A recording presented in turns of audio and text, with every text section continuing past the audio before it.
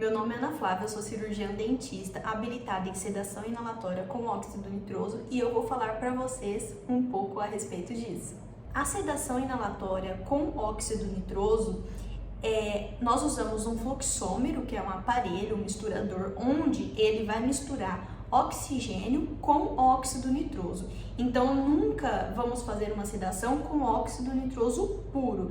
Isso era usado antigamente. Hoje em dia é feito essa mistura. Por quê?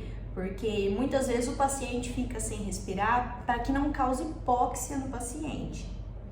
Por que nós usamos sedação inalatória na odontologia? Por conta do medo. Procedimentos odontológicos costumam causar medo até mesmo em adultos, não é só em criança, adultos também têm muito medo.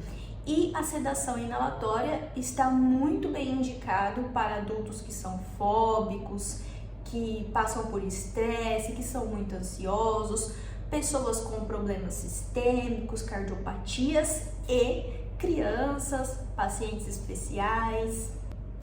Dentre as vantagens da sedação inalatória com óxido nitroso, nós temos a ação rápida, a administração de forma gradual. Então, o profissional vai administrar esse tipo de sedação de 10 em 10. Então, 10% de óxido nitroso, 20% de óxido nitroso e por aí vai. E essa administração de forma gradual, porém, quando o paciente começa a sentir o efeito de sedação, esse efeito é rápido. Outro ponto muito positivo é que a sedação inalatória não interage com nenhum outro medicamento. Então, se o paciente tem algum problema de saúde, toma bastante medicações, ele pode fazer a sedação inalatória sem medo. E como a sedação inalatória ela é inalada, ela não é metabolizada pelo nosso corpo. Então, o procedimento é muito tranquilo, a reversão dele é rápida, então quando o profissional acabou o procedimento, ele vai diminuindo gradualmente novamente o óxido nitroso, a dose do óxido nitroso, e nos 5 minutos finais o paciente fica somente no oxigênio. Por esse motivo, o paciente pode levantar depois da cadeira, depois que ele já tirou a máscara, ele pode levantar da cadeira, ir embora, dirigir, operar máquinas, voltar aos trabalhos normais, viver a vida normal dele do dia a dia.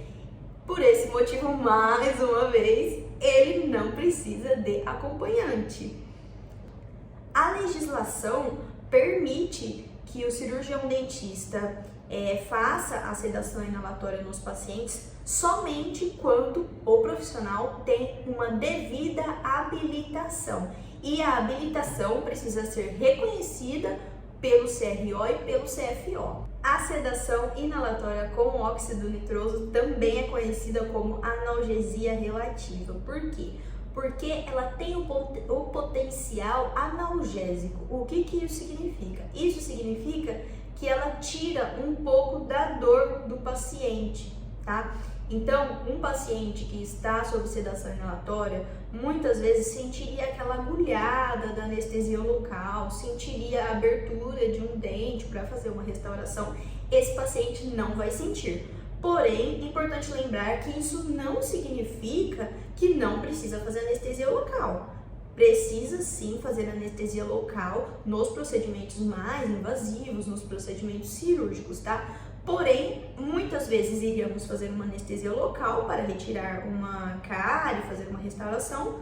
Não precisamos quando usamos a sedação inalatória. Outro efeito também da sedação inalatória com óxido nitroso é o relaxamento, as ações ansiolíticas desse tipo de sedação. O que isso significa? Isso significa que o paciente não vai ficar estressado, não vai ficar ansioso durante o procedimento. Esse paciente fica muito mais relaxado. Outra característica importante é que durante o procedimento o paciente tende a perder a noção de tempo.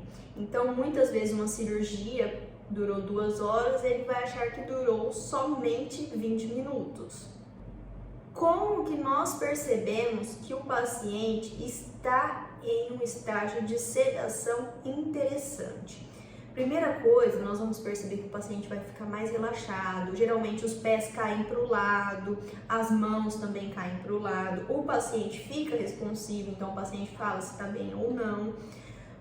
Outra coisa importante é que nós monitoramos o paciente com o oxímetro de pulso, que é aquele que vai no dedo. Através desse oxímetro, nós vamos acompanhar a saturação do paciente. A saturação sempre vai estar alta, precisa estar alta, porque esse paciente está recebendo oxigênio o tempo todo. E o que nós vamos acompanhar também são os batimentos do paciente, tá? Os batimentos, quando o paciente começa o processo de sedação, eles estão um pouco altos, o paciente está ali um pouquinho ansioso, é algo novo que ele não espera. Quando ele chega em um estágio de sedação bem legal, bem interessante, os batimentos caem, então o paciente fica relaxado, a gente percebe isso nos batimentos.